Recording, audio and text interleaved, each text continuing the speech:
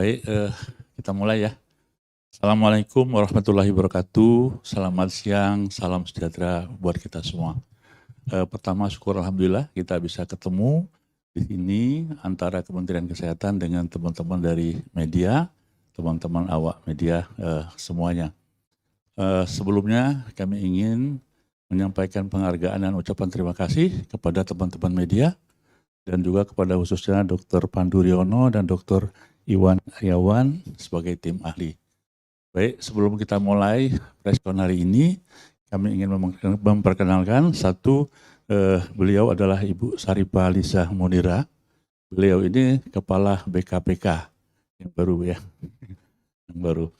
Kemudian yang dua orang ini yang ganteng-ganteng, Dr. Pandu Riono, saya kira teman media sudah hafal, dan Dr. Iwan. Dan saya sendiri Dr. Sahril ya. Hari ini kami ingin memberikan keterangan pers tentang hasil survei serologi SARS-CoV-2 yang ketiga ya, yang telah dilaksanakan oleh tim dari FKM UI. Dan untuk itu mohon berkenan nanti di akhir acara ada diskusi, dan sebelum selesai nanti Pak Menteri Kesehatan akan ketemu teman-teman semua, tapi lewat Zoom ya, walaupun beliau di ruang beliau karena banyak kegiatan dan kebetulan sedang ada tamu. Baik, acaranya kami berikan kesempatan pertama kepada Ibu Saripah Lisa Munira, atau Ibu Lisa saja panggilannya, untuk menyampaikan pendahuluan dan hal-hal yang berkaitan dengan pandemi COVID sekaligus serologi ini.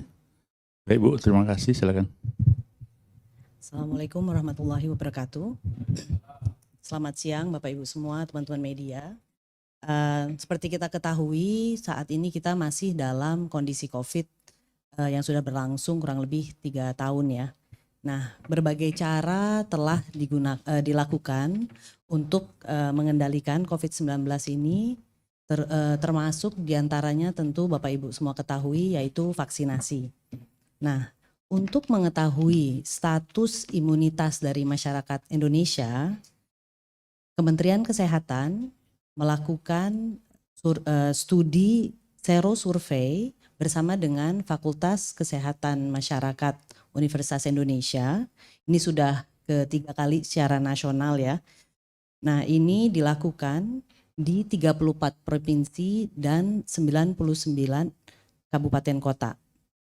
Dilakukan nanti secara teknis akan bisa disampaikan oleh teman-teman FKM UI, tapi ini dilakukan secara panel dalam arti mengikuti orang yang sama sejak Desember 2021. Kami tentunya mengapresiasi setinggi-tingginya dukungan seluruh pihak yang telah membantu terlaksananya survei ini, serosurvei ini, termasuk kementerian lembaga, kemudian pemerintah daerah, ya, dinas kesehatan provinsi dan kabupaten kota, lab, dan juga rumah sakit jejaring dan masyarakat. Nah, seperti tadi saya sampaikan, sudah dilakukan 3 kali. Pertama pada bulan Desember 2021, kemudian secara nasional di bulan Juli 2022, dan yang ketiga ini di bulan Januari 2023.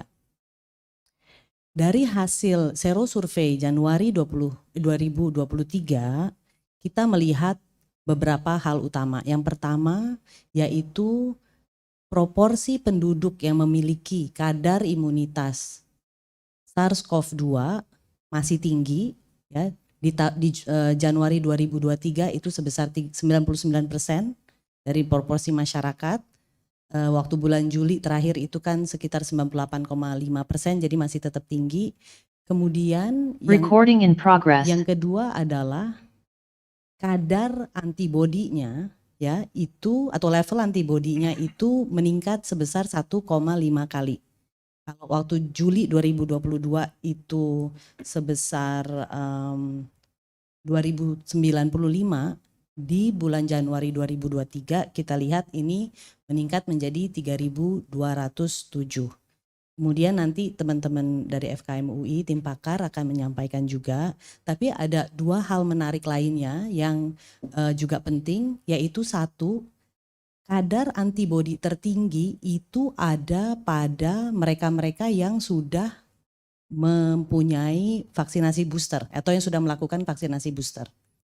Kemudian hal yang lain adalah ketika dilihat mereka-mereka yang dalam 1 tahun dalam 1 tahun ini meningkatkan atau melengkapi status vaksinasinya, kadar antibodinya itu meningkat, meningkat hampir 3 kali.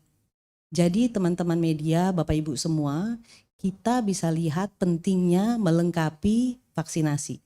Jadi mungkin ini dulu dari saya, sambil juga saya sampaikan bahwa walaupun hasil dari serosurvey ini menunjukkan kondisi imunitas di Indonesia, penduduk Indonesia di atas usia 1 tahun baik, kita tetap perlu menekankan dan melengkapi status vaksinasi kita. Demikian dari saya. Assalamualaikum warahmatullahi wabarakatuh. Terima kasih Bu Lisa. Kita langsung ke teknis pelaksanaan atau hasil dari sero survei yang ketiga ini yang akan langsung dipimpin oleh Dr. Pandu atau Dr. Iwan. Oke, silakan.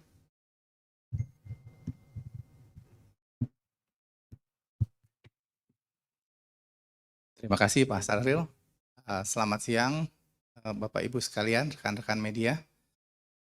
Saya akan menampilkan hasil dari sero survei antibodi SARS-CoV-2 atau antibodi terhadap COVID-19 di Indonesia. Jadi ini adalah sero survei berskala nasional. Nah, sero survei ini dilakukan oleh BKPK, Kementerian Kesehatan Republik Indonesia, yang dipimpin oleh Bu Lisa. Kemudian kami di FKM UI membantu secara teknis dalam melakukan desain dan analisis dari survei ini. Nah, slide berikut. Jadi tujuannya untuk apa kita lakukan sero survei ini? Jadi tujuannya itu kita mau tahu sebetulnya berapa persen penduduk Indonesia yang sudah punya antibodi terhadap SARS-CoV-2 atau terhadap COVID-19. Dan kita ingin lihat perubahannya, karena ini sero survei yang ketiga ya, kita ikuti orang yang sama, kita mau lihat juga perubahannya. Perubahannya bukan hanya berapa persen yang punya antibodi, karena seperti kita tahu dari survei yang kedua, sudah 98,5% yang memiliki antibodi, jadi kalau naik pun yang persen yang punya antibodi nggak akan naik banyak. Tapi yang lebih penting kita lihat levelnya atau kadarnya, kadar antibodi penduduk Indonesia ini seperti apa. Itu yang kita mau lihat juga di sero survei ini. Berikutnya. Ini secara singkat metodologi dari sero survei yang dilakukan. Jadi sero survei ini berhasil mengumpulkan darah yang kemudian diperiksa antibodinya dari 16.286 responden. Dan ini adalah responden yang sama dengan sero survei pada bulan Juli 2022. Ini memenuhi 94% dari target responden. Jadi untuk suatu survei itu respon rate-nya sangat tinggi. Nah, tadi juga sudah dikatakan oleh Bu Lisa bahwa di sero survei ini kami mengikuti responden yang sama. Jadi ini adalah orang yang sama yang diikuti dari Desember 2021, kemudian Juli 2022, dan sekarang Januari 2023. Sehingga kita bisa lihat nanti perubahan kadar antibodinya seperti apa. Survei ini dilakukan untuk mewakili nasional di 99 kabupaten dan kota terpilih yang tersebar di seluruh Indonesia. Nah, kemudian pengumpulan data dilakukan di tempat yang on-site, di tempat di mana sampel itu terpilih, dan pengumpulan data, pengambilan darah, pemeriksaan darah dilakukan oleh tim BKPK dan jejaring laboratorium BKPK. Berikutnya. Nah, sekarang hasilnya gimana? Nah, ini jadi karena ini sudah merupakan sero survei nasional yang ketiga, kita bisa bandingkan. Jadi kita lihat, pada Desember 2021, pada orang yang sama, itu 88% lah kita katakan penduduk Indonesia sudah memiliki antibodi terhadap SARS-CoV-2 ya, atau antibodi terhadap COVID lah, kalau mau praktis kita katakan seperti itu. Di Juli naik 98,5%. Bagaimana di Januari 2023? Apakah turun? Apakah naik? Nah, ternyata di Januari 2023 itu 99% penduduk Indonesia sudah memiliki antibodi terhadap COVID-19 ini. Nah, kemudian pertanyaannya, dari mana mereka mendapatkan antibodi ini? Berikutnya. Nah, sebelum sampai ke sana kita lihat dulu kadarnya. Karena kita bukan sekedar lihat berapa persennya, tapi kita lihat kadarnya. Jadi kita ukur secara kuantitatif antibodinya seperti apa sih yang ada di dalam tubuh orang-orang Indonesia ini. Nah, jadi kalau kita lihat terjadi peningkatan juga kadar antibodi yang ada pada orang-orang Indonesia. Ya tadi sebagian besar kan sudah punya antibodi, kemudian kadarnya juga dalam level yang tinggi. Ini meningkat dibandingkan dengan Juli 2022. Itu meningkat sampai dari 2000-an meningkat ke 3.300. Jadi peningkatan yang cukup banyak. Nah, kemudian meningkatnya karena apa? Berikutnya kita lihat. Nah, jadi kita tahu bahwa di dalam penyakit menular, antibodi itu bisa terbentuk dan kadarnya bisa meningkat karena dua hal, vaksinasi atau terinfeksi. Nah, sekarang nanti kita akan lihat mana sebetulnya yang lebih meningkatkan di Indonesia ini. Apakah vaksinasi atau karena infeksi? Karena kita tahu COVID kan masih ada ya, masih transmisinya, penyebarannya masih ada di Indonesia ini. Kita akan lihat pada slide berikutnya, mana yang lebih berperan gitu dan mana sebaiknya yang harus lebih berperan. Berikutnya. Nah, ini kalau kita lihat cakupan vaksinasi dari responden di serosurvei ini ya. Jadi kalau kita lihat cakupan vaksinasi dalam 6 bulan itu tidak banyak perubahan. Perubahan terjadi pada yang booster ya, dari yang tadinya 22% menjadi 27%. Dan kita lihat juga itu ada kelompok yang 17% yang tetap sama belum divaksin juga. Ya, ini termasuk anak-anak yang belum bisa mendapatkan vaksinasi ataupun orang dengan komorbid yang memang tidak bisa mendapatkan vaksinasi. Nah, kita lihat berikutnya. Nah, jadi meskipun tadi kalau kita lihat cakupannya kurang lebih hampir sama ya, peningkatan terjadi di vaksinasi booster secara cakupan, tapi kalau kita lihat pada orang yang sama, itu ada yang sedikit peningkatan, yang tadinya belum dapat booster, kemudian sudah jadi mendapatkan booster pada Januari 2023 ini. Nah, untuk apa ini dianalisis? Karena ini nanti berkaitan dengan tadi kita mau lihat, yang mana sih yang meningkatkan antibodi penduduk kita? Apakah vaksinasi atau infeksi? Kita lihat berikutnya. Nah, ini kalau kita lihat, bagaimana kalau kita bandingkan kadar antibodinya orang yang belum vaksin, pada Januari 2023 ya, sama sekali belum divaksin, yang sudah dapat 1 kali, yang 2 kali dan sudah dapat booster. Nah, kita lihat di sini bahwa yang sudah dapat booster itu yang kadar antibodinya paling tinggi. Meskipun pada semua kelompok ini infeksi tetap bisa terjadi ya, tapi kalau terjadinya infeksi itu sama, kita lihat bahwa yang booster itu paling tinggi antibodinya dan jauh itu. Yang booster dibandingkan yang 2 kali itu meningkat sampai 2 kali lipat kadar antibodinya. Nah, berikutnya. Nah, sekarang kita lihat, kalau orang-orang yang vaksinasinya nggak bertambah, jadi yang belum divaksin tetap belum divaksin, kemudian yang 1 kali tetap 1 kali, 2 kali tetap 2 kali, jadi nggak bertambah dari 6 bulan yang lalu, itu kadar antibodinya peningkatannya seperti apa? Jadi kalau kita lihat batang yang sebelah kiri, itu adalah orang-orang yang status vaksinasinya nggak nambah. Jadi 1 tetap 1, 2 tetap 2, atau yang tidak tetap tidak. Antibodinya meningkat nggak? Meningkat. Tetap meningkat. Di situ ada meningkat 1.500, 1.600-an ya. Kenapa bisa meningkat? Ya, kadarnya meningkat. Ini kadarnya meningkat. Kenapa kadarnya bisa meningkat? Ya, kadarnya bisa meningkat karena infeksi. Ya. Jadi infeksi memang masih terjadi. Kemudian, bagaimana yang divaksin? Ya, sekarang kita lihat yang sebelah kanan, grafik yang batang lebih tinggi. Itu adalah orang yang vaksinasinya bertambah. Jadi yang tadinya vaksinnya 1 jadi 2, 2 jadi booster, yang tidak vaksin jadi vaksin, itu kita lihat kadar antibodinya meningkat berapa banyak. Itu meningkatnya 4.000-an. Jadi artinya di sini kita lihat bahwa penambahan vaksinasi itu meningkatkan antibodi jauh lebih tinggi daripada infeksi.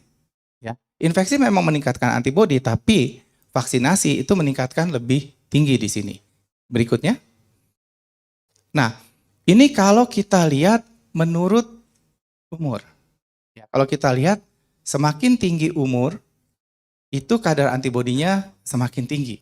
Sebetulnya ini adalah kondisi yang menggembirakan. Kenapa?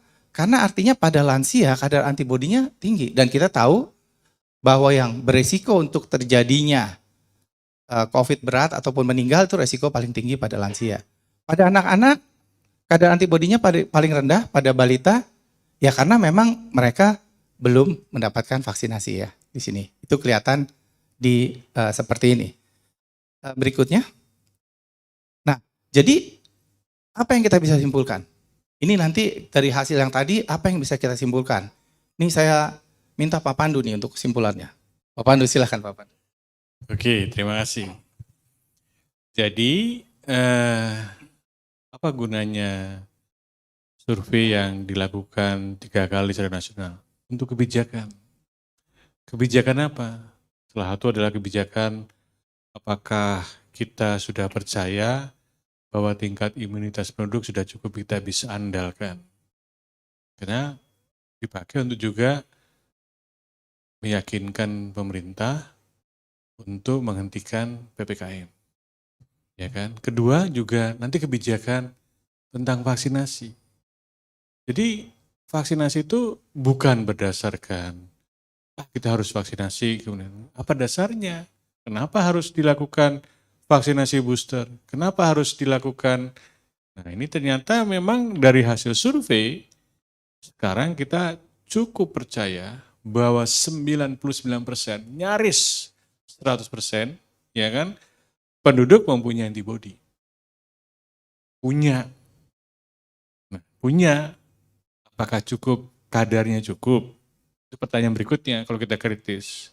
Ternyata kadarnya dibandingkan 6 bulan yang lalu itu jauh lebih tinggi.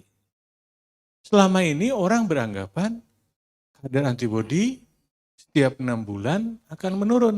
Itu kan hasil studi di luar. Di Indonesia tidak terjadi. Memang ada sebagian menurun, tapi kecil. Jadi kalau kita melihat diagram Sankey yang perubahan-perubahan status vaksinasi dan kadar antibodinya itu terlihat jelas. Ya. Nah ini juga kita melihat bahwa yang belum divaksin ternyata sudah punya antibodi. Dari mana? Waktu itu nggak perlu vaksin dong. Perlu, kenapa? Begitu divaksinasi sekali saja, kadar antibodinya naik. 2 kali, lebih tinggi lagi. Di booster, paling tinggi. Jadi ada alasan kenapa untuk meningkatkan status vaksinasi. Jadi yang belum lengkap, lengkapilah. Yang belum di booster, boosterlah, gitu kan? Ya, ini menjadi penting alasan itu. Sudah membuktikan. Nanti kalau kita lihat, benar nggak sih orang yang sudah punya antibodi itu memang menurunkan risiko untuk tidak jadi berat atau kematian? Ada studi lainnya. Ternyata memang yang di booster itu paling rendah risikonya. Paling rendah risiko untuk masuk rumah sakit, paling rendah risikonya untuk mengalami kematian. Jadi vaksinasi memberikan proteksi. Vaksin it works. Ya, jadi memberikan dampak terhadap menurunkan peluang untuk mengalami penyakit yang berat, yang harus dirawat, dan kematian. Itu pesannya. Dengan demikian, maka kita mendorong supaya semua penduduk, walaupun yang sudah punya antibodi, kita tingkatkan lagi. Kita dorong. Ya nggak dipaksa sih, tapi didorong, ayo. Karena virus masih ada. Dan virus masih terus bermutasi. Selama ini, virus yang sekarang beredar, mau Kraken, mau lainnya, sebagai Omicron, ternyata tidak memberikan dampak yang signifikan di Indonesia. Kenapa? Tadi buktinya. Jadi kita tidak perlu khawatir. Kecuali nanti kalau ada virus yang baru sama sekali. Nah ini kan sesuatu yang kelihatannya kalau Ya, tapi sekarang kita melihat untuk situasi sekarang kita sudah mengendalikan secara konsisten. Sehingga pembatasan kegiatan masyarakat tidak menjadi pilihan kebijakan karena sudah penduduknya sudah mempunyai imunitas dan kita mengharapkan imunitasnya tetap tinggi. Bagaimana caranya? Mendorong tadi. Jadi yang belum divaksinasi segera divaksinasi, bukan hanya booster loh, ya kan? Yang baru 1 kali jadilah 2 kali, yang 2 kali lengkapilah dengan booster. Jadi meningkatkan, jadi pesannya sebenarnya meningkatkan, mengubah status vaksinasi yang belum menjadi 1, 1 jadi 2, 2 menjadi booster, itu menjadi prioritas. Karena kita masih punya satu PR nih, mencabut status kedaruratan. Kita kembali suatu situasi normal. Responnya sekarang masih seperti respon emergency. Sebenarnya kalau hanya melihat ini, ya kan, itu respon emergency memang tidak diperlukan. Tetapi kan kemarin Badan Kesehatan Dunia masih mempertahankan status public health, tapi di tingkat dunia. Di tingkat negara berpulang kepada keputusan negaranya masing-masing. Nah, kalau kita mau tetap percaya bahwa kita bisa mencabut, maka kita mengharapkan kerjasama. Pemerintah tetap memberikan pelayanan vaksinasi, kemudian masyarakat bersedia untuk melengkapi vaksinasinya.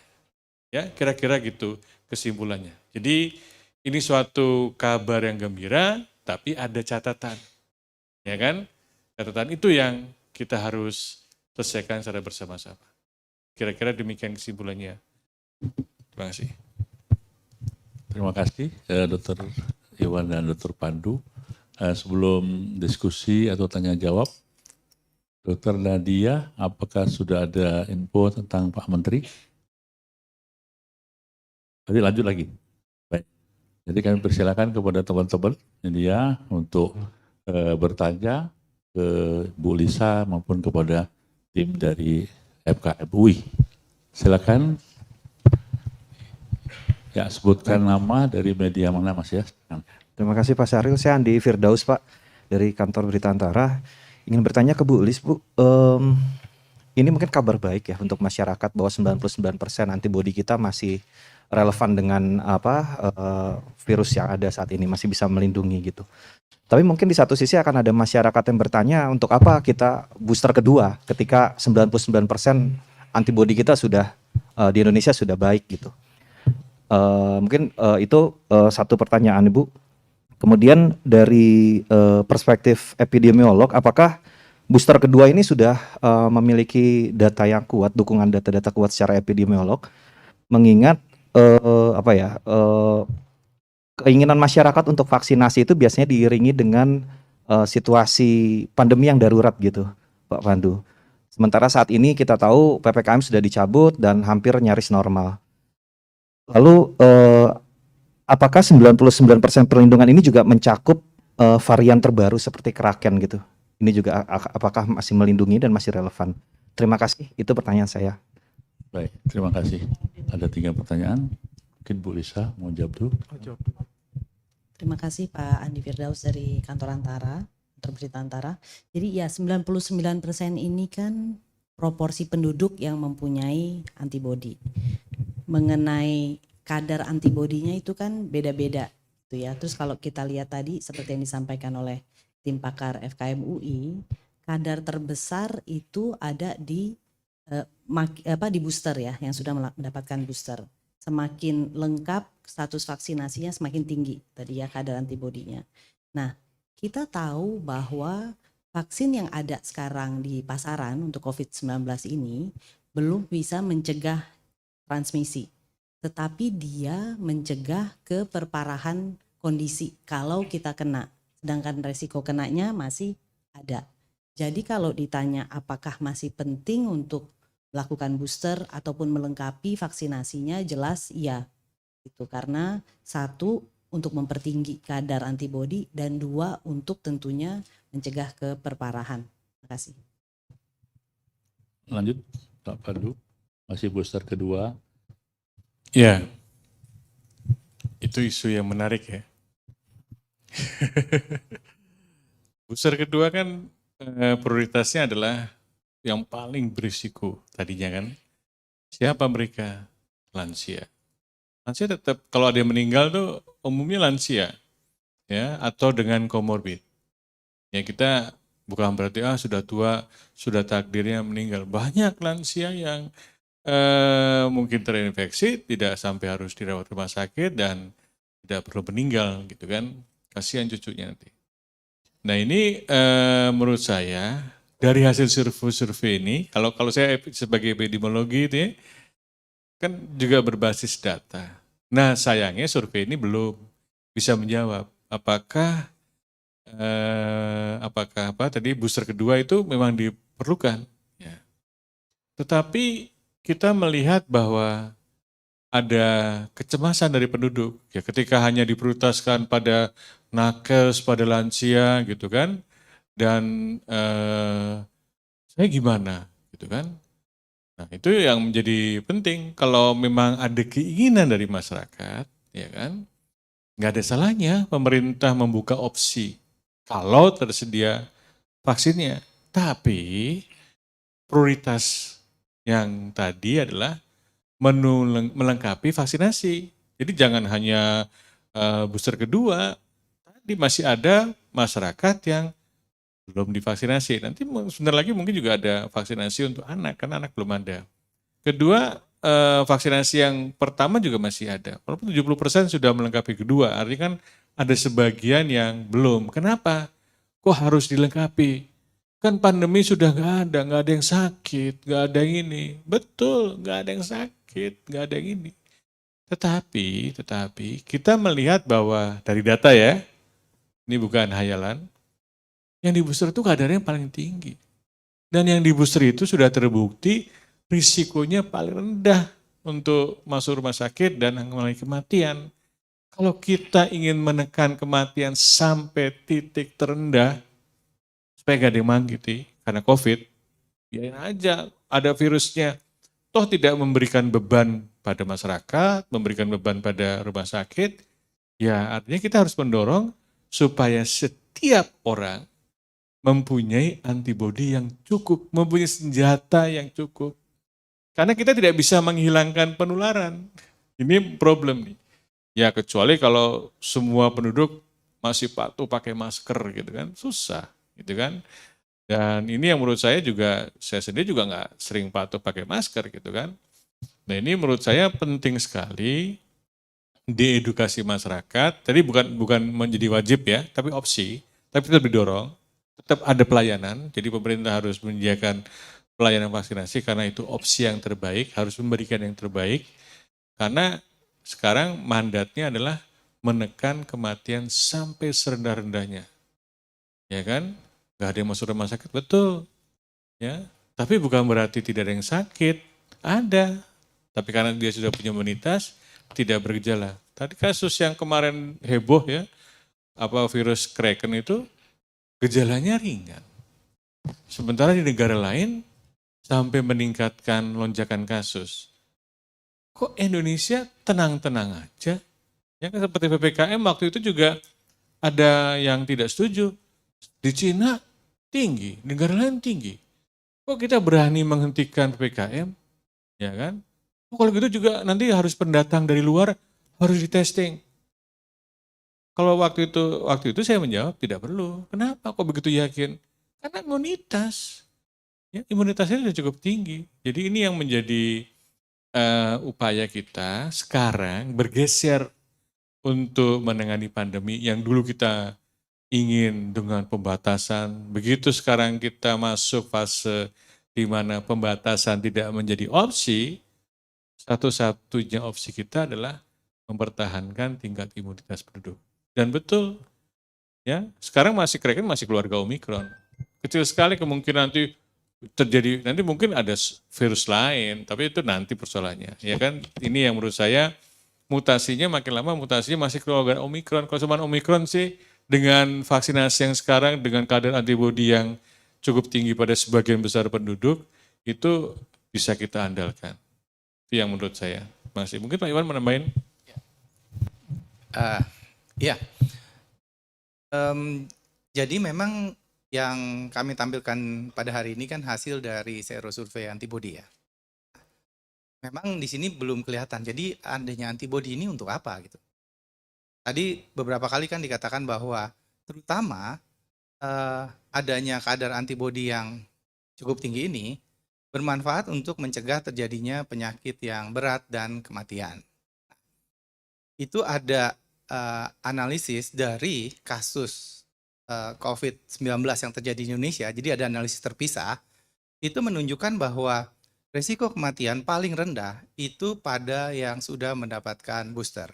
Dan di studi itu juga memperlihatkan bahwa tidak masalah boosternya apapun, itu resikonya turun cukup jauh. Nanti kalau rekan-rekan pers ingin hasil studinya, saya bisa share dengan rekan-rekan pers. Nah, tapi kalau kita lihat dari studi tentang serosurvei ini dan kemudian dari tentang analisis kematian itu, jadi di situ jelas memperlihatkan bahwa kenapa kita perlu vaksinasi, kenapa kita perlu vaksinasi sampai dengan booster. Jadi tadi pesannya utamanya adalah untuk mencegah supaya tidak terjadi kasus penyakit COVID-19 yang berat atau meninggal. Infeksi bisa tetap terjadi karena dalam kondisi sekarang itu kita tidak mungkin melenyapkan COVID-19 ini. Jadi dia akan tetap berada, ya, SARS-CoV-2-nya ya. Seperti itu tambahan dari saya. Baik, terima kasih Mas Firdaus. Ya Mas, silakan. Ya, ya silakan. Hah? Siapa? Oh, nggak kelihatan. Ya udah, dan dulu ya. Oke, silakan Mas. Izin, selamat siang Bapak Ibu, terima kasih. Saya Dani dari Bisnis Indonesia.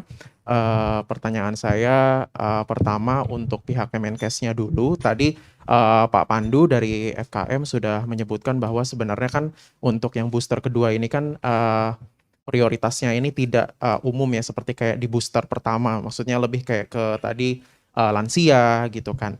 Nah, maksudnya dalam booster kedua ini prioritasnya tidak tadi disebutkan ya sebelumnya tidak tidak secara luas lah gitu untuk targetnya. Nah, yang ingin saya tanyakan untuk penekanan saja tadi untuk pertanyaan sebelumnya. Jadi kira-kira dari Kemenkes seperti apa sih komunikasinya gitu ke masyarakat? Apakah memang ini booster kedua ini apakah dianjurkan, apakah direkomendasikan untuk secara masyarakat luas, atau memang direkomendasikan untuk beberapa kelompok umur saja, misalkan untuk lansia, misalkan gitu ya Bapak Ibu. Seperti itu sih yang ingin saya untuk penekanannya saja. Ini untuk menyambung ke pertanyaan kedua. Sebelumnya kan Pak Menkes seperti diberitakan pernah mensinyalkan bahwa ada rencana gitu Pak ya, mungkin wacana lah ya, untuk lebih pasnya adalah vaksin berbayar. Nah ini apakah ini akan rencananya ini sudah digodok sama Kemenkes dan juga pemerintah secara luas gitu? Maksud saya secara umum, apakah itu sudah ada rencananya? Boleh dibagi sama wartawan untuk hari ini. Yang ketiga, yang terakhir maksud saya, ini kan sekitar 2 sampai tidak sampai 3 bulan lagi kan Idul Fitri ya, Ramadan dan juga Idul Fitri, yang pasti nantinya walaupun masih cukup jauh ya Pak Bu, tapi mungkin bisa dibagilah kira-kira rencananya nanti apakah booster kedua ini karena memang sudah ada vaksinnya gitu, apakah nanti akan bisa menjadi syarat gitu. Kalau kita lihat itu kan saat libur Natal tahun baru kemarin itu kan tidak ada syarat tertentu ya, justru yang penting memang diprioritaskan untuk yang sudah booster. Terima kasih. Ya, terima kasih. Walaupun sebagian sudah ada dijawab oleh Pak Menkes sebelumnya, silakan Bu Lisa. Jadi ada 3 yang mungkin diperjelas oleh kita Kementerian Kesehatan. Terima kasih Pak Dani dari Bisnis Indonesia. Mengenai anjuran untuk booster, kita tahu bahwa saat ini memang diprioritaskan untuk lansia. Opsi untuk dewasa ini sudah mulai dibuka, tapi seperti tadi disampaikan oleh teman-teman dari tim FKM UI, masih juga banyak yang statusnya belum lengkap semua gitu ya. Jadi anjuran dari Kementerian Kesehatan jelas bahwa dianjurkan untuk melengkapi status vaksinasinya begitu. Nah, mengenai wacana vaksin berbayar, pada dasarnya Pak Menteri juga pasti sudah, Pak Menteri Kesehatan pastinya juga sudah sampaikan beberapa kali bahwa dalam kondisi pandemi tanggung jawab ada masih di pemerintah. Kalau nanti pandemi ini sudah selesai begitu ya, tanggung jawab ini pelan-pelan kan pasti diharapkan ke masyarakat. Gitu. Jadi kayak misalnya tadi mengenai vaksinasi atau hal-hal lainnya. Nah, tentang Ramadan atau Idul Fitri, apakah vaksinasi ini jadi syarat? Mungkin nanti kita kaji paling baiknya bagaimana. Tentu banyak hal lain yang juga akan menjadi pertimbangan, bukan cuma vaksinasi, kemudian social distancing ya, anjuran untuk memakai masker, terus bagi mereka yang tetap yang merasakan gejala atau dekat dengan atau kontak erat dengan mereka yang kasus positif untuk segera tes begitu ya, terus melakukan social distancing atau isolasi mandiri. Jadi vaksinasi ini tentu satu cara dan utama, tapi masih banyak hal lain menjadi bagian dari preventif COVID-19. Terima kasih. Ya, izin mempertegas saja Bu ya. Jadi Mas, untuk komunikasi ke masyarakat, ya, booster 1 ya atau vaksin ketiga itu kan sudah kita buka ya. Nah, sementara ke vaksin booster kedua awalnya kan hanya untuk nakes, dilanjutkan dengan lansia.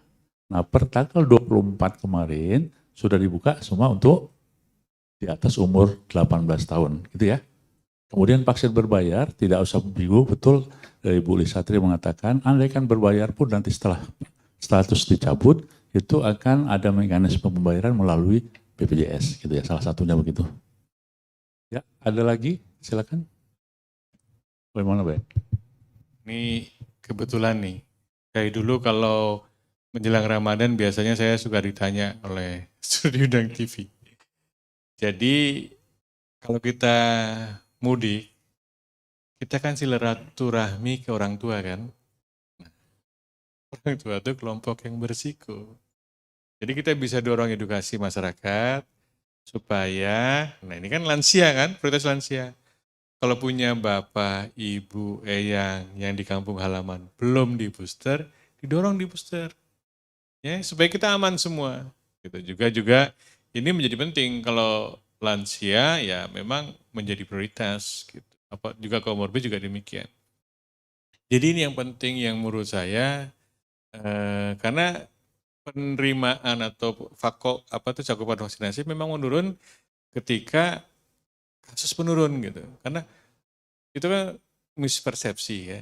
Mispersepsi dalam pengertian disangkanya pandemi sudah selesai. Mungkin juga nanti dicabut status kedaruratan itu cuman mencabut responnya, tidak perlu emergensi. Pandeminya masih ada, virusnya masih ada, mutasinya masih terus terjadi. Yang itu yang kenapa mau nggak mau vaksinasi menjadi tetap andalan kita. Nah nanti pun walaupun nanti kalau sudah tidak responnya pandemik, ya mungkin saja secara pemerintahan karena respon tidak pandemik dikembalikan ke sistem pelayanan sebelum pandemi kan. Kalau memang harus berbayar, ya berbayar. Tapi kan tetap mungkin saja untuk lansia tidak. Atau mungkin saja nih kan kalau mau kita memperjuangkan. Kedua, mungkin disubsidi. Ya, jadi tidak semahal yang diperkirakan orang gitu kan. Karena vaksinasi tetap menjadi andalan. Bu Lisa paling tahu tuh. Karena beliau ahli vaksinasi untuk ininya, untuk disertasinya. Jadi memang mau nggak mau, kalau terjadi penurunan vaksinasi, seperti kemarin terjadi disruption dari pandemi, sebagian anak Indonesia tidak sempat divaksinasi. Dengan polio, dengan campak, apa yang terjadi? KLB, lonjakan. Waktu itu hampir nol. Kita hampir menyatakan Indonesia bebas polio, Indonesia bebas ini. Tapi bukan berarti bebasnya bebas penyakit. Virusnya masih ada.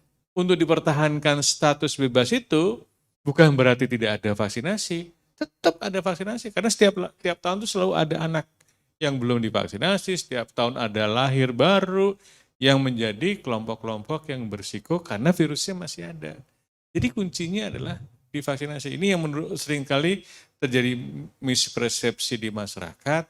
Kalau sudah dinyatakan bebas, kayak kemarin PPKM sudah ini, oh sudah bisa lepas masker, oh pandemi sudah berakhir. Belum, enggak, bukan itu maksudnya. Hanya opsi pembatasan tidak menjadi pilihan karena kita melihat tingkat imunitas penduduknya sudah cukup kita bisa andalkan untuk menahan lonjakan kalau tetap terjadi penularan. Kira-kira gitu. Masih. Oke, terima kasih. Cukup jelas. Silakan. Ya. Oh ya, sebelum ini, mungkin bisa ntar kalau mungkin 2 pertanyaan lagi, ketiga Bapak bisa masuk untuk daring itu, Mas Busro ya, atau Bu Nadia. Ya.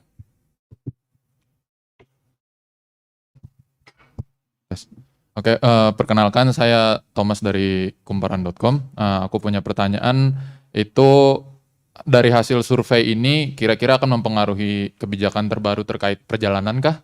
Kan tadi udah sempat di-mention akan ada mempengaruhi perubahan kebijakan, maksudnya apakah ini akan mempengaruhi kebijakan perjalanan? Terus yang kedua itu pertanyaannya ini, tadi mungkin sempat dibahas sedikit, jadi kayak vaksinasinya apakah akan mulai juga kayak vaksinasi berbayar dan itu mulainya akan bertahap atau bagaimana gitu. Terima kasih, itu aja pertanyaan dari aku. Terima kasih Pak Thomas dari kumparan.com. Nah, mengenai sero survei ini untuk kebijakan ya. Ini kan sebetulnya kita perlu ingat bahwa belum terlalu lama lalu pemerintah mencabut PPKM. Nah, pada saat itu atau sebelumnya yang kita punya data kan sero survei Juli 2022 98,5%. Kemudian ketika itu disampaikan kita bilang atau pemerintah dan juga masyarakat memantau bahwa nanti akan ada sero survei di Januari 2023. Jadi kita lihat alhamdulillah setelah pencabutan PPKM ini proporsi penduduk yang punya imunitas tadi tetap tinggi, meningkat sedikit ya. Nah, itu menurut saya satu hal yang sangat penting. Mengenai kebijakan perjalanan, selama masih dalam status pandemi, pencabutan PPKM, tentu saat ini belum ada perubahan restriksi. Gitu, sampai dengan nanti kalau ada perubahan lagi gitu ya. Nah, mengenai vaksin berbayar ini masih kita kaji betul. Karena jelas tadi ya penting sekali melengkapi status vaksinasi, bagaimana metodenya itu nanti kita akan kaji dan sampaikan. Tapi seperti yang tadi disampaikan Pak Syahril, kalau nanti pun berbayar bisa ditanggung melalui BPJS, itu tentu satu opsi yang baik. Jadi nanti persisnya kami akan sampaikan, tapi tentu semua kebijakan yang dilakukan terutama oleh Kementerian Kesehatan ini berbasis bukti. Terima kasih. Kita masih tunggu aja ya, nanti mudah-mudahan ada kebijakan yang... Saya tambahin sedikit Pak. Saya tambahin sedikit. Ya, jadi untuk menjawab pertanyaan tadi, memang sero survei di Indonesia dilakukan itu untuk membantu pemerintah membuat kebijakan. Dan yang melaksanakan itu adalah dari Kementerian Kesehatan ya, dari BKPK. Yang pertama dulu ada juga yang melaksanakan dari Kementerian Dalam Negeri. Nah, jadi kalau kita lihat sero survei ini dilakukan untuk melihat tadi berapa yang sudah punya antibodi, kadarnya seperti apa. Nah, ini sudah dipakai berapa kali untuk penetapan kebijakan. Yang pertama itu untuk kebijakan booster. Dari situ kita lihat waktu yang di Desember lalu bahwa yang di booster itu ternyata lebih tinggi. Jadi memang kebijakan booster harus diambil. Kemudian di waktu liburan Idul Fitri tahun lalu, itu sebelum diizinkan untuk mudik, itu pemerintah dalam hal ini Kemenkes melakukan sero survei juga, tapi terbatas di Jawa Bali di daerah tujuan mudik. Di situ kemudian kita lihat bahwa ternyata kadar antibodinya untuk orang-orang yang di tempat asal dan tujuan mudik itu sudah tinggi, sehingga kita ingat tahun lalu itu mudik diperbolehkan. Itu juga dari sini gitu kan. Jadi yang sekarang pun dilakukan untuk tadi, PPKM sudah dicabut terus seperti apa. Nah, jadi selain sero survei pun itu berbagai analisis dilakukan seperti kami melakukan perhitungan angka reproduksi efektif untuk pemerintah untuk memantau transmisi seperti apa. Kemudian ada juga analisis kematian dari kasus konfirmasi COVID-19. Itu semua untuk tujuannya untuk apa? Itu sebagai data untuk kita mengambil atau pemerintah mengambil keputusan yang lebih baik yang berdasarkan data. Seperti itu. Baik, sudah Mas Thomas ya dari Kumparan. Jadi silakan Mas. Nah, berdiri aja Mas biar lebih kenal kita. Ya. Terus, selamat siang Bapak Ibu sekalian, Andi dari Kata Data. Ada beberapa pertanyaan Pak. Kan tahun depan itu ada pertemuan WHO ya Pak, bulan depan. Ini barang sero survei ini bakal ada rencana dibawa ke sana nggak, menunjukkan bahwa Indonesia udah aman loh, bla bla bla gitu. Kita udah pantas buat dicabut gitu atau enggak? Kalau iya kenapa? Kalau enggak kenapa? Terus yang kedua, tadi kan disampaikan ada kajian mengenai kadar antibodi ya. Tadi kayaknya belum dijelasin itu orang bisa nggak masuk ke rumah sakit kalau kadar antibodinya udah di atas berapa gitu kan? Tadi ada 2.000, 3.000, 4.000 gitu kan? Itu boleh dijelasin nggak? Sama terakhir, pertimbangan apa sih yang membuat Kemenkes masih memaksakan kedaruratan ini tidak dicabut? Apakah tadi kadar antibodinya belum cukup, atau apakah karena vaksinasinya yang kedua masih belum cukup, atau harus sampai booster semua orang Indonesia baru dicabut, atau gimana? Terima kasih. Ya Bu, ada pertanyaan 3, bisa nanti kita jawab Pak Pandu, Pak Iwan maupun Bu Lisa. Silakan Bu. Terima kasih Pak Andi dari Kata Data. Mengenai pertemuan WHO itu kan pertemuan tahunan ya. World Health Assembly itu yang berkumpul semua member states gitu, semua anggota WHO. Di situ dibicarakan bukan cuma tentunya topik pandemi, banyak hal lain.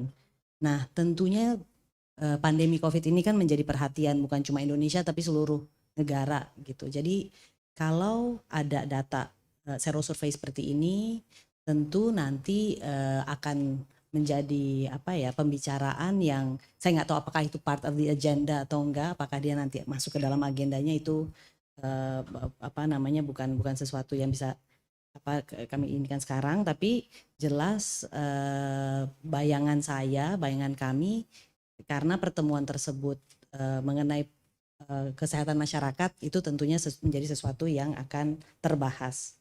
Mengenai kadar antibodi berapa itu $1 million question ya istilahnya, itu mungkin nanti dari tim pakar. Mengenai pertimbangan untuk cabut status kedaruratan, ini memang beberapa negara sudah mulai pertimbangkan. Setahu saya belum ada yang cabut ya. Nah, kita kan tentu tahu banyak hal yang perlu dipertimbangkan, bukan cuma vaksinasinya, tetapi juga respons, dan tentu juga bukan hanya hal-hal yang berkaitan dengan kesehatan yang perlu kita pertimbangkan. Jadi ini tentu diperlukan koordinasi bersama dengan kementerian lembaga lain, dengan pihak-pihak lain. Jadi nanti dalam koordinasi itu mungkin akan dipertimbangkan tentunya status kadar antibodi gitu ya, dan sebagainya, status vaksinasi dan sebagainya. Jadi ini tentu tetap menjadi pertimbangan. Dan nanti kalau ada perubahan, insya Allah pastinya kita akan sampaikan ke masyarakat. Terima kasih.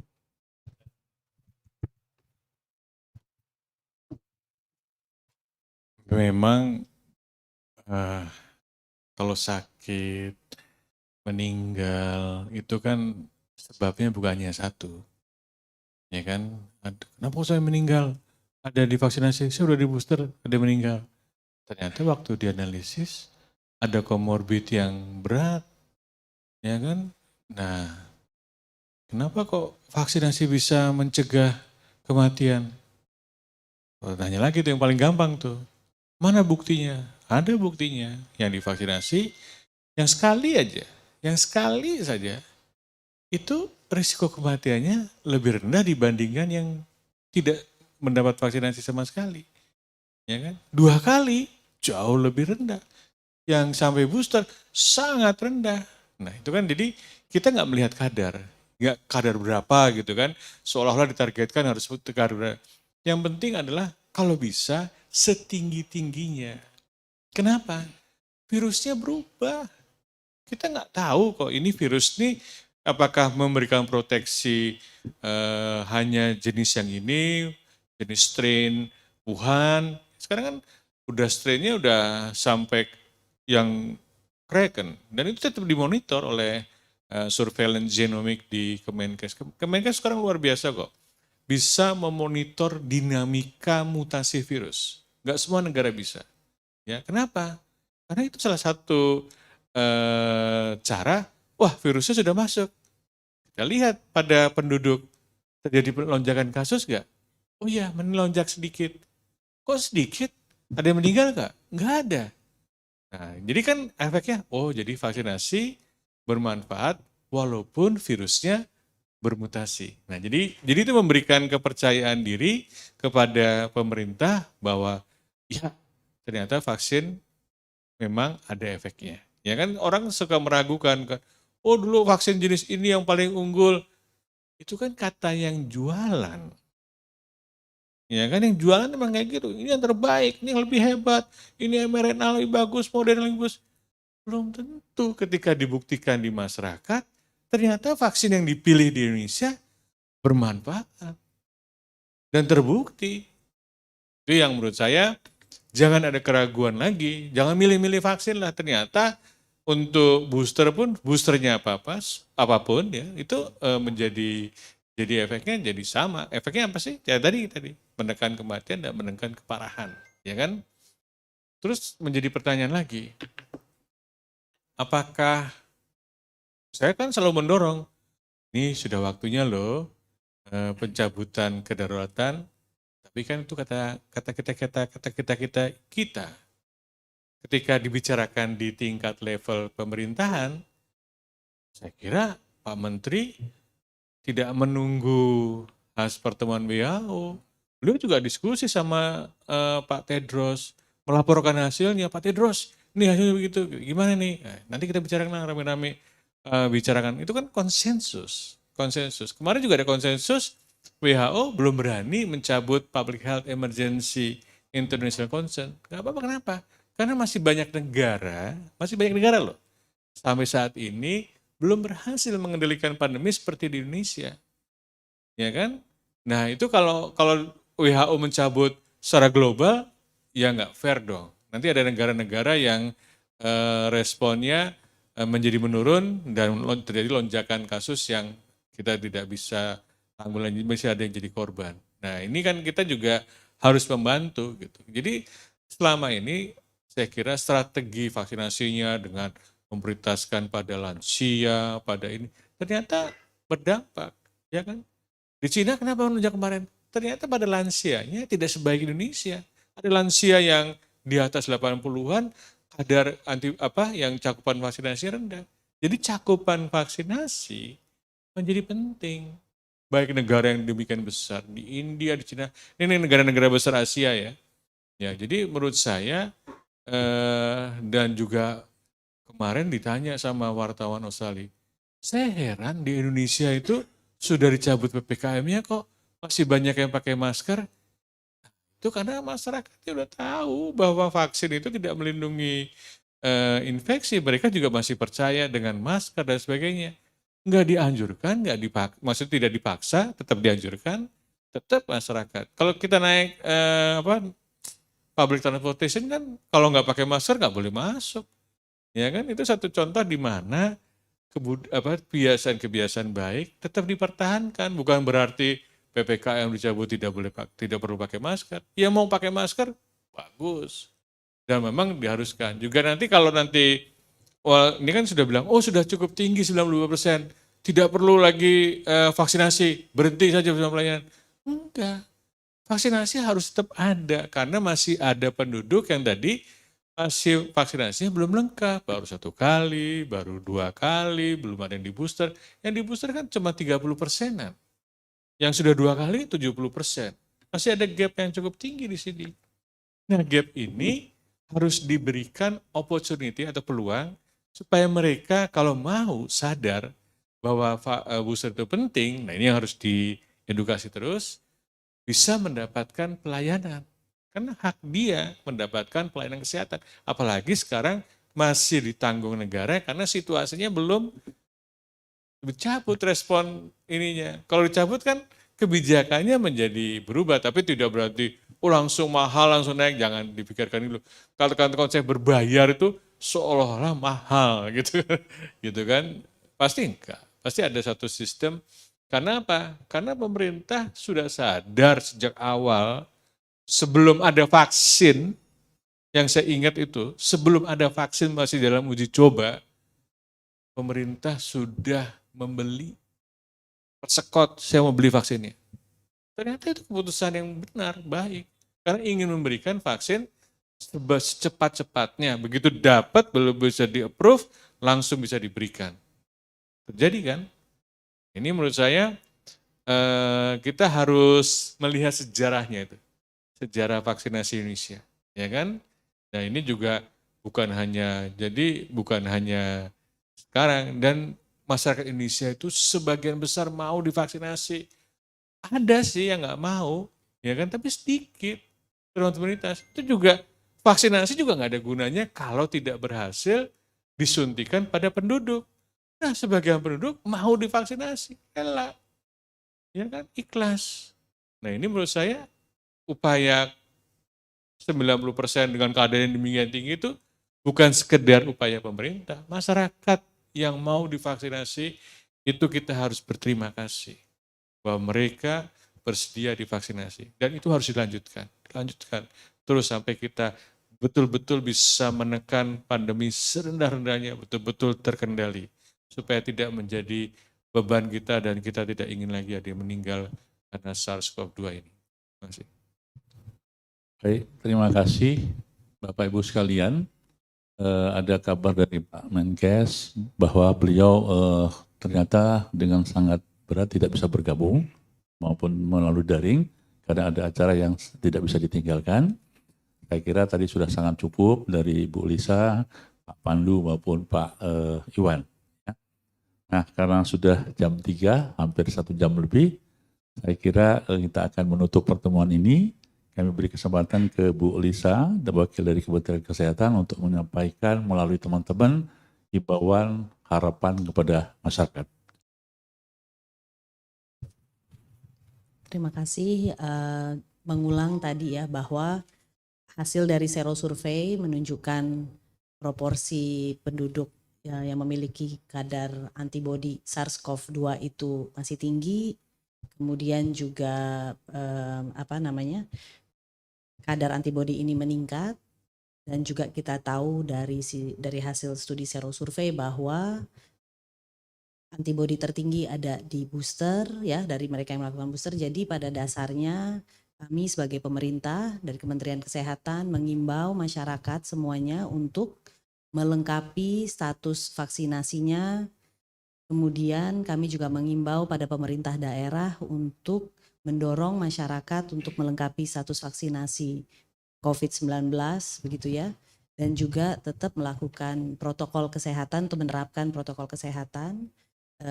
Dan bagi yang bergejala untuk tes, untuk melakukan isolasi, dan tentunya memakai masker di tempat-tempat yang beresiko. Demikian Pak Syahril, terima kasih. Wassalamualaikum warahmatullahi wabarakatuh. Baik, terima kasih Bu Lisa. Dan sebagai penegasan saja, kalau tadi bagus pertanyaan dari Kompar ya, itu bahwasanya persyaratan apa itu kita saat ini semua harus mempunyai komitmen untuk mengawal kondisi kita yang saat ini sudah bagus. Jadi masalah tadi angka-angka epidemiologi, seperti hanya jumlah kasus jangan naik lagi gitu ya. Kemudian angka kematian maupun angka yang dirawat di rumah sakit ya, termasuk dari antibodi ini. Saya kira demikian. Terima kasih kepada Ibu Lisa, Pak Pandu, Pak Iwan, dan juga teman-teman media. Mudah-mudahan message ini, informasi ini mohon dapat dikomunikasikan kepada masyarakat, dan masyarakat untuk bersama-sama kita semua mengawal mengakhiri pandemi COVID-19 ini. Demikian, terima kasih. Assalamualaikum warahmatullahi wabarakatuh.